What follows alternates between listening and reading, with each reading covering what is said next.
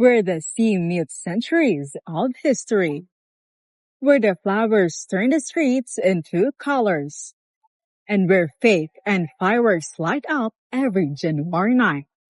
There stands a district that has survived conquest, conflict, and time itself. And as locals would say, deri sa Villa, may istorya ang taga-esquina. This is Villa de Arevalo. 3, 2, 1, go!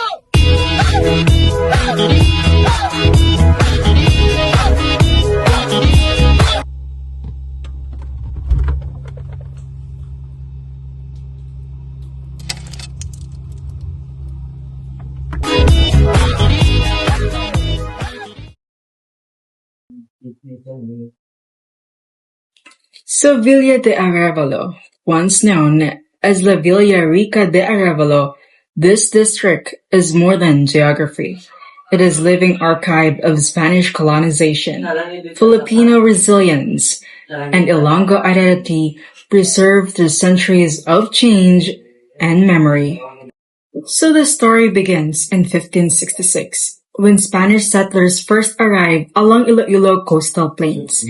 But it was in 1581 when history gave it a name.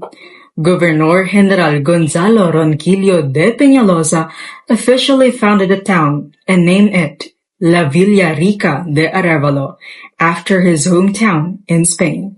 By 1582, Arevalo rose as the capital of Spanish settlement in Panay, becoming a hub of governance, trade, and military power. From a quiet coastline, it became a colonial center of influence. But history was not peaceful. In 1588, British forces attacked. In 1600s, more raids struck, and in the early 1600s, Dutch invasion followed repeatedly. Despite resistance, the settlement struggled to remain source. By 1700, the Spanish authorities transferred the capital inland to what is now Iloilo City proper. Arevalo lost its political state, but never its identity.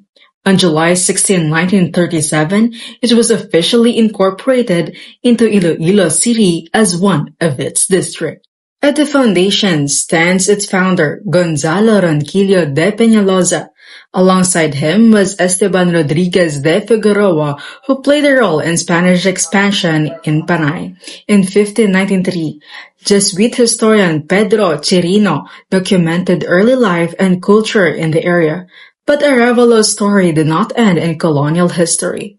It continued through Filipino excellence, Ravon Avancenia, a legal mind of national importance, Sofia Reyes de Vera, champion of women's rights and education, Melesio Figueroa, artist behind early Philippine coin designs. This name reminds us that Arevalo is not only history, but legacy.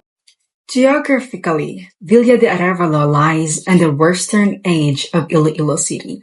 Just 6.29 kilometers from the city proper, it faces the Iloilo Strait and nearby islands.